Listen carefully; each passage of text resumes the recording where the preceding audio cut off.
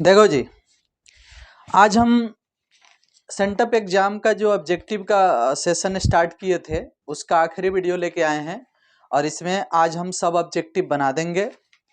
80 तक बना दिए हैं और 20 गो ऑब्जेक्टिव बच गया है इस पेपर का। आओ देख लेते हैं वो 20 गो ऑब्जेक्टिव कौन कौन सा है। अच्छा, ये सेंटअप एग्जाम जो है ना, ये एक लेखा से ये इस टाइप का एग्जाम है जैसे आपके एग्जाम में क्वेश्चन आएगा उसका ये एक उदाहरण है, मतलब इसी टाइप का आपके एग्जाम में आएगा। तो हम यही बोलेंगे कि हम लोग अगर इसको देख लें और समझ लें कि किस टाइप का कई गो क्वेश्चन पूछ रहा है तो हम अंदाज लगा सकते हैं कि आपके एग्जाम में किस टाइप से किस किस चैप्टर से कितना कितना पूछा है। ये सब कुछ आप समझ सकते हो, देख सकते हो। इसी के जैसा वहां भी आएगा, ठीक है। थोड़ा सा इधर उधर होगा लेकिन यही सब रहेगा। चलो, तो आज हम देखेंगे क्वेश्चन नंबर 81 से शुरू करेंगे और 100 तक जाएंगे। आज हम लोग इस वीडियो को पूरा कर लेंगे, इस सेशन को पूरा कर लेंगे सेंटअप एग्जाम के ऑब्जेक्टिव का। क्वेश्चन नंबर 81 में लिखा है सेक स्क्वायर एक्स प्लस में कॉसेक स्क्वायर एक्स का इंटीग्रेशन क्या होगा। Sec square x plus cosec square x का इंटीग्रेशन क्या होगा। देखो भाई, ये सेक स्क्वायर है और सेक स्क्वायर का इंटीग्रेशन tan x होता है।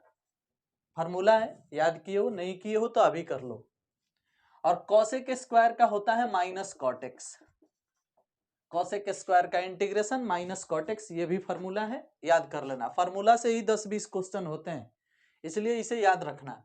अब प्लस में सी, अब ये जिस ऑप्शन में होगा वही हमारा सही ऑप्शन होगा। तो ये ऑप्शन नंबर ए में ही है, इसलिए यही सही होगा। 82 नंबर क्वेश्चन में दिया है इंटीग्रेशन डी बटा d x sine x dx, इसका इंटीग्रेशन पूछ रहा है। वही साइन का पहले डीसी और फिर उसका इंटीग्रेशन।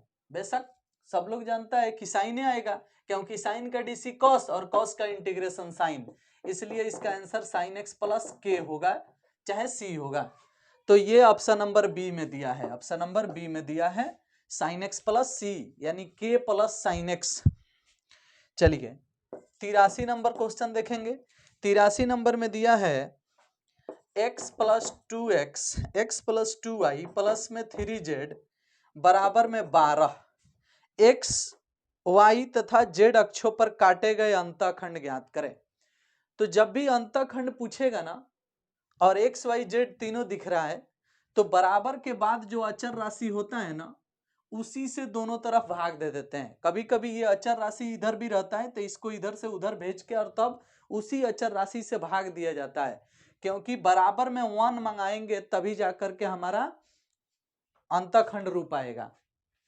तो 12 से भाग दे दो, 12 से भाग देने पर तो जब हम 12 से भाग देंगे तो यहाँ 12 से भाग देंगे तो x बटा 12, यहाँ 12 से भाग देंगे तो 2 छक 12 y बटा 6, यहाँ 12 से भाग देंगे तो 3 चौका 12 z बटा 4 और यहाँ 12 से भाग देंगे तो 1। देखो तो इसमें 12 से भाग दिया, इसमें 12 से भाग देंगे 2 से कटेगा 6 आएगा, इसमें 12 से भाग देंगे 3 से कटेगा 4 आएगा, इसमें 12 से भाग देंगे 1।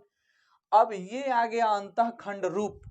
अब इसमें x अक्ष और y अक्ष और z अक्ष पर काटा गया अंतःखंड पूछ रहा है। तो x के नीचे क्या है 12, y के नीचे क्या है 6, z के नीचे क्या है 4, तब 12 6 4 अंतःखंड होगा। 12 6 4 किस ऑप्शन में है, तो ऑप्शन नंबर बी में है, तो बी ही सही जवाब होगा। ठीक है, तो इस प्रकार से क्वेश्चन नंबर 83 बन गया। ठीक इसी प्रकार 84 नंबर है। अब थोड़ा सा आपको दिमाग लगा लेना है। 84 क्या कह रहा है, तो 84 नंबर कह रहा है कि vector r into 4i minus में 5j माइनस में 2k बराबर में 40 द्वारा x y तथा z अक्षों पर बनाए गए अंतःखंड का मान बताएं। अब देख भाई, तुम सब चालाक हो, इतना मूर्ख तो हो नहीं। सोचो कि हाई जो है ये कौन रूप है, ये सदिश रूप है, तो इसको पहले कार्तीय रूप में बदल लो। तो r में होता है x y z, x से इसमें गुना था 4x, y से इसमें गुना था 5y, z से इसमें गुना था 2z, अब बराबर में 40 है तो 40। अब बराबर में 40 है तो 40 से भाग दे दो दोनों तरफ, जिस तरह से इस प्रश्न में हुआ। तो 40 से इसमें भाग देगा तो x बटा 10, 40 से भाग देगा तो y बटा 8, 40 से भाग देगा तो z बटा 20 और बराबर में कौन सी हो गया 1 हो गया। अब देखो अंतःखंड रूप में हाई माइनस नहीं होता है, यहाँ प्लस होता है। तो अगर हाई प्लस करोगे तो यहाँ माइनस भेज दो, हाई प्लस करोगे तो यहाँ माइनस भेज दो। अब देखो हाई सब प्लस हो गया, लेकिन एक्स के नीचे वाई के नीचे जेड के नीचे जो बच गया वो कौन सी हो गया, अंतःखंड। तो 10 - 8 - 12 यही आपका अंतःखंड होगा, जो कि ऑप्शन नंबर बी में है, जो कि नहीं किसी ऑप्शन में नहीं है। यहाँ 20 है ना, तो हम 12 क्यों लिखेंगे, 20 है ना लिखेंगे। हाँ ये 20 यहाँ 20 लिखेंगे, तब जाके हमारा ऑप्शन नंबर बी सही होगा, बी में दिया है। ठीक है, इस तरह से x के नीचे y के नीचे z के नीचे वाला ही लिख देते हैं, और यह हमारा अंतःखंड कहलाता है। ठीक है, तो इस प्रकार से क्वेश्चन नंबर 84 भी बन गया। अब 85 नंबर क्वेश्चन देखना है। देखो 85 नंबर क्वेश्चन यहाँ देख लेते हैं। 85 में कह रहा है कि 2 3 4 से समतल 3x - 6y प्लस में 2z प्लस में 11 बराबर 0 की दूरी पूछ रहा है।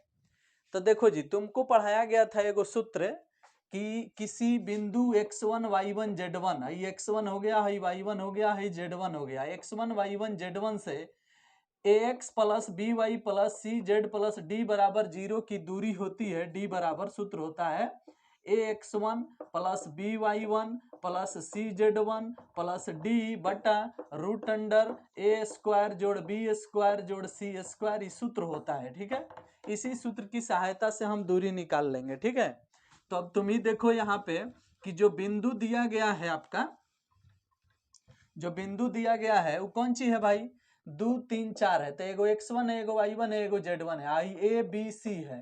तो सेटिंग करो ax1 यानी 3 दूनी 6, 3 दूनी 6, by1 तो 6 3 18 -18, cz1 तो 2 चौका 12, 2 चौका 8, इस तरह से 11 है तो प्लस में 11 बटा में root under A square B square C square, तो 3 के स्क्वायर 9, 6 के स्क्वायर 36, 2 के स्क्वायर 4, ऐसे डी का मान निकाल देंगे।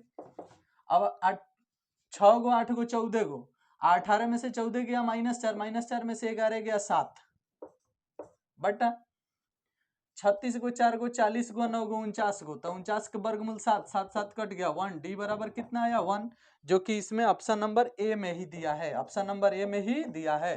तो आपने इस क्वेश्चन को देखा, ये क्वेश्चन आपके एग्जाम में ऑब्जेक्टिव में या 2 नंबरिया में आ सकता है। कैसे आएगा भाई, तो कहेगा कि बिंदु 2 3 4 और समतल इतना के बीच की दूरी निकाले। तब बिंदु को x1 y1 z1 समझ लेंगे, x1 y1 z1, यहाँ एक्स वाई जेड के गुणांक को एबीसी समझते हैं, अचर राशि को डी समझते हैं, और इसी सूत्र पर बना देते हैं ax1 plus B Y one plus C Z one plus D बटा root under A square plus B square plus C square, जिसमें हाई ए है, हाई बी है, हाई सी है, हाई डी है, हाई x1 है, हाई y1 है, z1 है। मान पुट करेंगे, हल करेंगे, आंसर आपका आ जाएगा 1। 86 नंबर क्वेश्चन क्या कह रहा है, ध्यान दीजिएगा। 86 नंबर कह रहा है आई का मान बताएं। अब जब भी हम आपको बोले कि बड़े कोष्ठ में इस तरह से आई दे दे, इसका अर्थ क्या हुआ कि यह एक तलीय हो गया। अब एक तलीय हो गया तो इसका ये नियम हुआ कि पहल का दोनों क्रॉस में आई क्रॉस आई, लास्ट वाला जो है वो डॉट में, तो आई क्रॉस आई 0 होता है, डॉट आई होगा तो ये 0 हो जाएगा, यानी इसका आंसर 0 होगा। तो 86 नंबर का आंसर हो जाएगा ए 0। 87 नंबर देखना, देखो कभी भी सेम रहे या बड़ा कोष्ठ में रहे ना, तो बिना कुछ बनाए 0 लिख देना है। ठीक है, यहाँ आई रहे, चाहे जे रहे, चाहे के रहे, आंसर क्या होगा 0। वेक्टर ए वेक्टर है, चाहे वेक्टर बी वेक्टर सी, अगर इस तरह से रहे तो आंसर क्या होगा 0 होगा। ठीक है, कभी अलग रख के नहीं पूछेगा, अलग रख के पूछेगा तो उसमें बता देगा कि तीनों के तीनों एक दूसरे पर लंबवत इकाई सदिश है, तो भी पूछ सकता है, आई जे के रख के भी पूछ सकता है। ठीक है, जिसका कुछ ना कुछ फार्मूला बैठेगा वही पूछेगा, कुछ ना कुछ ऑप्शन मिलेगा वही पूछेगा, इस तरह से। ठीक है ना, तो अधिकांशतः ऐसा ही पूछता है। अब देखो जी, इस दोनों समतल के बीच का कोण निकालने के लिए बोल रहा है, तो ये कौन बड़ी बात है, हम लोग निकाल सकते हैं। इसका सूत्र होता है cos थीटा इक्वल टू, आप लोग जानते हो, a1 a2 plus b1 b2 plus c1 c2 बटा root under a1 square plus b1 square plus c1 square. तो देखो 2 एकम 2, 1 एकम -1, दो एकम दो ऐसे होगा, बटा में रूट अंडर इसका स्क्वायर इसका स्क्वायर इसका स्क्वायर, तो रूट 6 आएगा। देख लो, 2 के स्क्वायर 4, 1 के स्क्वायर 1, 1 के स्क्वायर 1, तो एगो एगो दू गो 4 गो 6 गो। इसी तरह से 1 के स्क्वायर 1, 1 के स्क्वायर 1, 2 के स्क्वायर 4, 4 गो एगो 5 गो एगो 6 गो, इस तरह से आएगा। अब भाई देखो, दो गो 4 गो में से एगो घट जाएगा, तो cos थीटा इक्वल टू आ जाएगा ऊपर 3 और नीचे हो जाएगा 6, रूट रूट गुना होगा तो रूट हट जाएगा, 3 दूनी 6, ऊपर 1, 1/2, तो cos थीटा बराबर 1/2, तो थीटा बराबर 60 डिग्री यानी π/3, तो यही आपका आंसर होगा 60 डिग्री यानी 60 डिग्री। इस तरह से π/3 ऑप्शन होगा तो π/3, 60 डिग्री होगा तो 60 डिग्री। ऑप्शन नंबर सी दिया है 60 डिग्री। बड़ी आसानी से आप इसे बना सकते हो, कोई दिक्कत नहीं है इसमें। चलो, इसके बाद ये क्वेश्चन नंबर 87 था। अब आओ जी, क्वेश्चन नंबर 88 देखते हैं, ये क्या कह रहा है। 88 नंबर क्वेश्चन जो है ये कह रहा है कि एगो बिंदु हिया दिया है 2,3,4 और एगो बिंदु हिया दिया है 1,2,4। कह रहा है कि इस दोनों बिंदुओं से खींची जाने वाली सरल रेखा की दिक् कोजिया बताएं। अभी कौन बड़ी बात है, इसकी दिक् कोजिया बतानी है तो एगो को ए मान लो, एगो को बी मान लो, इसको मिला दो और बोलो वेक्टर ए बी पहले निकाले। वेक्टर ए बी निकालोगे तो आगे वाले में से पीछे वाले को घटाओगे, तो एक में से 2 जाएगा तो क्या आएगा, -1 बटा -1 आई, इस तरह से। और 2 में से 3 जाएगा तो -j, और 4 में से 4 जाएगा तो 0k। अब इसका दिक् कोजिया पूछ रहा है, तो दिक् कोजिया पूछ रहा है तो दिक् कोजिया का क्या नियम होता है, यही ना, -1 बटा रूट अंडर इसका स्क्वायर इसका स्क्वायर इसका स्क्वायर, तो जोड़ोगे तो 2 आएगा, -1 बटा रूट अंडर 2 आएगा और 0 आएगा। अब देखो, ये माइनस माइनस माइनस आया है ना, तो हर एक पद में माइनस से गुना भी कर सकते हो, हर एक पद में माइनस से गुना कर दोगे तो ये प्लस हो जाएगा, 1/√2 हो जाएगा, हाई 1/√2 हो जाएगा, हाई 0 हो जाएगा, तो हाइयो आंसर सही है, हाइयो आंसर सही है। ठीक है, तो इस प्रकार से ये आपका आंसर हो गया। ठीक है, कहने का अर्थ है कि इसका भी वर्गों का योग करोगे तो एक ही आएगा, इसका भी वर्गों का योग करोगे जोड़ोगे तो एक आएगा। और जानते हो कि दिक् कोजिया के वर्गों का एक वर्गों का योग एक होता है, l² + m² + n² बराबर 1, आपको पढ़ाया गया होगा। तो ये भी सत्य है, ये भी सत्य है। तो हाई वाला ऑप्शन में नहीं दिया है, हाई वाला ऑप्शन में दिया है, इसलिए यही लेंगे हम, कोई दिक्कत नहीं इसमें। तो ये ऑप्शन में है, ऑप्शन नंबर किस में, बी में, तो यही हम लेंगे। ठीक है, 89 नंबर क्वेश्चन देखेंगे। 89 नंबर में क्या है, दो बिंदुओं इतना और इतना के बीच की दूरी 5, 7, 9 और 2, 3, -3। अब इसके बीच की दूरी पूछ रहा है, तो डिस्टेंस फार्मूला हर कोई जानता है, 10th क्लास से पढ़ते आए हो। 2 में से 5 घट गया 3, 3 के स्क्वायर 9, 3 में से 7 घट गया 4, 4 के स्क्वायर 16, 3 में से 9 घट गया तो 12, 12 के स्क्वायर 144, 144, 16, 9 जोड़ेंगे तो कितना आएगा, 25, 144, 169 और वर्गमूल आ जाएगा 13, और यही आपका आंसर होगा। ठीक है, जो कि 89 नंबर के ऑप्शन नंबर सी में दिया है। ठीक है, अब 90 नंबर क्वेश्चन में कह रहा है कि निम्नलिखित में से कौन सदिश का परिमाण 6 इकाई है। गजब हाल है भाई। क्वेश्चन नंबर 90, ध्यान देना थोड़ा सा। 90 में कह रहा है कि निम्नलिखित में किस सदिश का परिमाण 6 इकाई है। ऑप्शन नंबर ए में दिया है i + j + 2k। Option number B में दिया है 2i प्लस में 4j प्लस में 2k। ऑप्शन नंबर सी में दिया है 2i प्लस में 4j प्लस में 4k। ऑप्शन नंबर डी में दिया है नन ऑफ दीज। पूछ रहा है कि चारों ऑप्शन में कौन ऐसा सदिश है जिसका परिमाण 6 इकाई है। अब परिमाण माने मोड, तो मोड निकाल के चेक करो, 1 के स्क्वायर 1, 1 के स्क्वायर 1, तो एगो एगो दूगो, दूगो 2 के स्क्वायर 4, 4 गो 2 गो 6 गो, √6। √6 नहीं चाहिए, खाली 6 चाहिए। इसका √6 आ रहा है, इसलिए ये गलत है। इसका देखो, 2 के स्क्वायर 4, 4 के स्क्वायर 16, 2 के स्क्वायर 4, 4 गो 16 गो 20 गो, 20 गो 4 गो 24 गो, तो √24 से 6 आने वाला नहीं है, ये भी गलत है। ठीक है, इसका देखो, 4 के स्क्वायर 16, 4 के स्क्वायर 16, 16 16 32 और 2 के स्क्वायर 4, तो 32 4 36, 36 का वर्गमूल 6, यही सही है। यानी जिसका मोड मतलब √अंडर x² + y² + z², मतलब परिमाण 6 इकाई आएगा, वही सही है। तो इसका परिमाण निकाल के देख लो, 6 इकाई आएगा, यही सही है। तो ये था हमारा क्वेश्चन नंबर 90। अब थोड़ा सा बोर्ड मिटा लेने दो, फिर आगे बताते हैं। देखो जी, 90 के बाद क्वेश्चन नंबर 91 देखेंगे तो 91 नंबर में पूछ रहा है 3 9 12 1 3 4 6 8 5 इसका मान पूछ रहा है।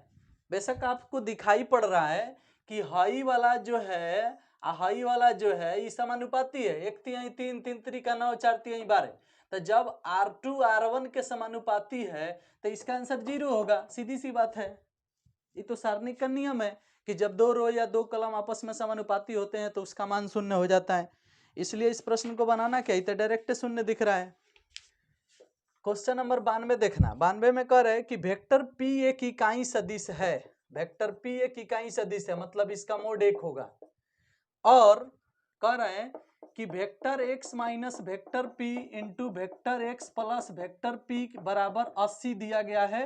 तो मोड वेक्टर P का मोड वेक्टर x का मान बताएं, इसका मान बताना है। ठीक है, ऐसा क्वेश्चन आप पढ़े हो वेक्टर में। बेशक आप समझ रहे हैं माइनस बी ए प्लस बी ए स्क्वायर माइनस बी ए स्क्वायर, तो सीधे सीधे इतना का स्क्वायर माइनस इतना का स्क्वायर बराबर 80 लिख सकते हो। अब हाई जो है हाई इसका मान कितना है 1, 1 रखोगे तो 1 के स्क्वायर 1, 1 उधर जाएगा जोड़ा जाएगा, तो जोड़ा जाएगा तो कितना हो जाएगा 81 हो जाएगा। 81 का वर्गमूल कितना होता है 9 होता है, तो 9 आंसर होगा इसका। ऑप्शन नंबर डी में दिया है। क्वेश्चन नंबर 93 देखना। 93 में कह रहा है कि cos inverse 1/2 plus 2 sine inverse 1/2 इसका मान बताएं। बेशक कोई भी बता सकता है, तुम ही सोचो। साइन में 1/2 का डिग्री 30 डिग्री, 30 दूनी 60 डिग्री। कॉस में 1/2 का डिग्री 60 डिग्री, 60 डिग्री या 60 डिग्री 120 डिग्री। 120 डिग्री को 2π/3 लिखा जाता है, यही आपका आंसर होगा। कोई दिक्कत? बड़ी आसानी से हम बता दिए ना, एक बार फिर समझ लो। साइन में 1/2 का डिग्री 30 डिग्री, 30 दूनी 60 डिग्री, तो इसका मान कितना हुआ 60 डिग्री। कॉस में 1/2 का डिग्री 60 डिग्री, तो 60 डिग्री या 60 डिग्री 120 डिग्री, 120 डिग्री को लिखा जाता है 2π/3, जो कि ऑप्शन नंबर ए में ही दिया है। 94 नंबर क्वेश्चन देखिएगा। 94 में लिखा है -3 4 5 -6 2 -3 8 1 7। अब देखो ये किसी का कोई रेशियो नहीं है, देख लो तो यहाँ कोई किसी का रेशियो दिख रहा है, नहीं है ना। जब रेशियो नहीं है, अच्छा इसमें 3 का माइनर पूछ रहा है। किसका? 3 का माइनर, 3 का माइनर। अब देख भाई 3 का माइनर पूछ रहा है, इसमें खाली 3 कहीं नहीं है। खाली 3 नहीं है तो भाई कैसे निकलेगा खाली 3? 3 का माइनर हम कैसे पता करेंगे बताओ? एक जगह है यहाँ माइनस नहीं है, प्रश्न में मिस्टेक हुआ है, ध्यान देना। 3 का माइनर पूछ रहा है, तो हाई 3 है हाई -3 है, तो इसका नहीं निकालना है, इसका निकालना है। अब माइनर निकालने का अर्थ है कि जिस सदस्य का माइनर निकालना है वो रो और वो कॉलम उड़ा दो। तो हाई उड़ गया हाई उड़ गया हाई बच गया, इसको हल कर दो। 7 दूनी 14, 1 तिहाई 3, तो 14 या 3 17, इसका आंसर 17 आएगा। ठीक है, देख लो 17 ऑप्शन नंबर सी में है। 94 के बाद 95 नंबर क्वेश्चन पर ध्यान देना। 95 में लिख रहा है i + 2j, 2i - 3j - k, 5j + k जोड़ना है इसको। इसका योग क्या होगा? अरे भैया कौन नहीं जोड़ लेगा? आई वाला आई में, जे वाला जे में, के वाला के में। हमें आई वाला एगो है, हमें आई वाला दूगो है, तो दूगो एगो 3 गो, तो 3 आई हो गया। जे वाला इसमें है, जे वाला इसमें है, तो 2 में से 3 गो जाएगा -1 में 5 जोड़ाएगा तो 4 जे। उसके बाद के वाला इसमें नहीं है, के वाला इसमें है, माइनस गो प्लस गो, तो खत्म हो गया, ये आंसर हो गया। देख लो 3i + 4j option number C में दिया है। ठीक, ये क्वेश्चन नंबर 95 हो गया। क्वेश्चन नंबर 96 देखते हैं। क्वेश्चन नंबर 96 में क्या लिखा है? लिखा है J cross K dot I plus J.J, क्या आंसर होगा बताइए? कोई भी बता देगा? J क्रॉस K, तो इसका लाइन से होता है I cross J cross K, ऐसे होता है ना। तो अगर I क्रॉस J एक साथ लोगे तो आंसर K आएगा। जे और के एक साथ लोगे तो आंसर आई आएगा, तो यहाँ जे और के एक साथ है तो इसका आंसर आई आएगा। आई में आई से गुना होगा तो 1 होगा, और जे में जे से गुना होगा 1 1 1 2, तो इसका आंसर क्या होगा 2 होगा। ठीक है, इस तरह से। अब ये सब हम थ्योरी करा दिए हैं कि जे क्रॉस के क्या होता है, आई क्रॉस जे क्या होता है, ये सब हम थ्योरी कराएं, थोड़ा सा याद कर लो। आई जे के लाइन से होता है, आई जे के लाइन से घूमता है ना, ऐसे ऐसे सिखाए, आई जे के लाइन से घूमता है, तो जे के बाद के पड़ता है, तो के तुरंत बाद क्या होगा आई होगा, तो जे क्रॉस के का मान आई होता है, और आई में आई से गुना होगा तो 1, और जे में जे से गुना होगा तो 1 1 1 2, तो इसका आंसर 2 आएगा 96 नंबर का। ठीक है, चलिए अब हम 97 की बात करेंगे, थोड़ा सा बोर्ड मिटा लेते हैं ना तो जगह कम पड़ जाएगा। ठीक है, अब देखो तो 97 नंबर क्वेश्चन देखिएगा।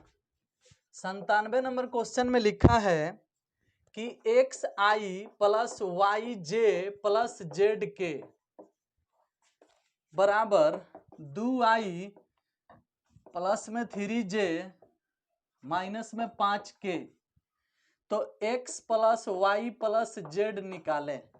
अब x का मान कितना है 2, y का मान कितना है 3, और z का मान कितना है -5, 2 गो 3 गो 5 गो, 5 में से 5 गया 0, तो इसका मान क्या निकल गया 0, तो 0 ही आंसर सही है, ऑप्शन नंबर ए में दिया है।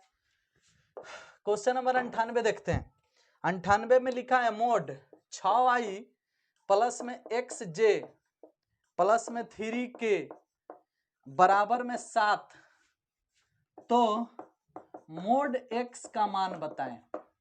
ले भाई, मोड x का मान बताना है, तो पहले इसके लिए आप क्या लिखोगे, अब हाई जब मोड में है तो इसका अर्थ हुआ 6 के स्क्वायर कितना 36, x स्क्वायर ऐसा ही रहेगा, और 3 के स्क्वायर का होगा 9, यही ना होगा, अब बराबर में 7, अब भाई रूट उधर जाएगा तो 49 हो जाएगा, 36 गो 9 गो कितना होगा 44 गो, 9 6 15 45 गो, एक्स स्क्वायर प्लस 45, आई 7 पर रूट जाएगा तो 49, 49 में से 45 गया तो एक्स स्क्वायर बराबर 4, कितना हो गया एक्स स्क्वायर बराबर 4।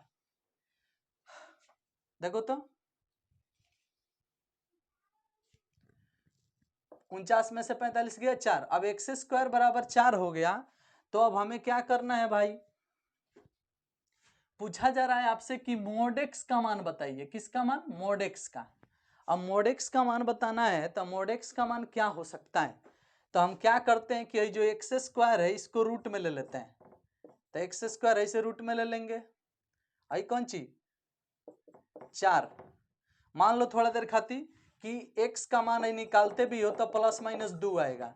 अब मोड x का मान पूछा जा रहा है तो मोड में प्लस माइनस 2 जाएगा तो बाहर निकल के खाली 2 होगा, 2 आंसर होगा, 98 का आंसर 2 होगा, ए ऑप्शन नंबर ए में दिया है।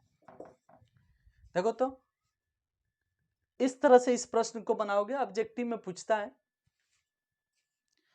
आगे जो दिया है क्वेश्चन नंबर 99 देखिएगा।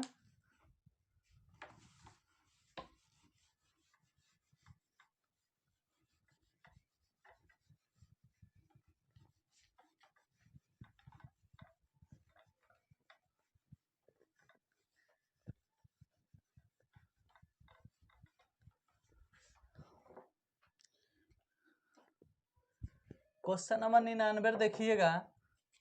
99 में है 1 0 0 0 1 0 0 0 1 में गुना है AB0 ABC, और बराबर में है 2 1 -3, पूछा जा रहा है a प्लस बी प्लस सी का मान।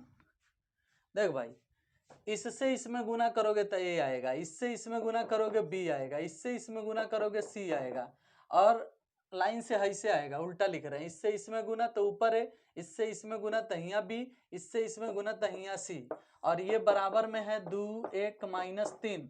अब इसको जोड़ना है ए प्लस बी प्लस सी, तो 2 1 3, 3 में से 3 जाएगा 0, 2 जोड़ 1 घटाओ 3, तो आंसर का आएगा 0, तो इसका भी आंसर 0 होगा 99 का। 100 नंबर क्वेश्चन देखना। 100 नंबर जो है 0 से लेके π/2 है, रूट अंडर में कितना है साइन एक्स है, बटा में रूट अंडर में कितना है साइन एक्स है, प्लस में रूट अंडर में कितना है कॉस एक्स है। अब बताओ, यही प्रश्न हमसे बनवाओगे, 7.11 का क्वेश्चन नंबर 3 है, जाके देख सकते हो। इसको आई बराबर मान के बनाते हैं, pi by 2 minus x, pi by 2 minus x, pi by 2 minus x. समीकरण सेकंड फर्स्ट को जोड़ते हैं, जोड़ने के बाद हल करने पर इसका आंसर पाई बाई 4 आता है। याद रखना, ऑब्जेक्टिव में पूछा है। कई बार बताए हैं कि यहाँ रूट हो, चाहे पावर 3/2 हो, चाहे पावर 5/2 हो, सब पर सबका पावर सेम हो, तो इसका हल हमेशा क्या आएगा, पाई बाई 4 आएगा। तो ये ऑब्जेक्टिव में पूछता है, इसका आंसर पाई बाई 4 होगा। ठीक है, चलो, तो इस प्रकार से हमने 100 गो ऑब्जेक्टिव पूरा कर दिया और सेंटअप एग्जाम का ऑब्जेक्टिव खत्म हो गया। अब हम कोशिश करेंगे कि प्रोबेबिलिटी में एगो चैप्टर है प्रायिकता बंटन, प्रायिकता बंटन के बारे में थोड़ा सा आपको बता दें, और उसके बाद हो सकता है कि मॉडल पेपर का ऑब्जेक्टिव आपको बताया जाए। चलिए, इस वीडियो को यहीं पे ख़त्म करते हैं, नेक्स्ट वीडियो का इंतजार करो। Okay, bye bye.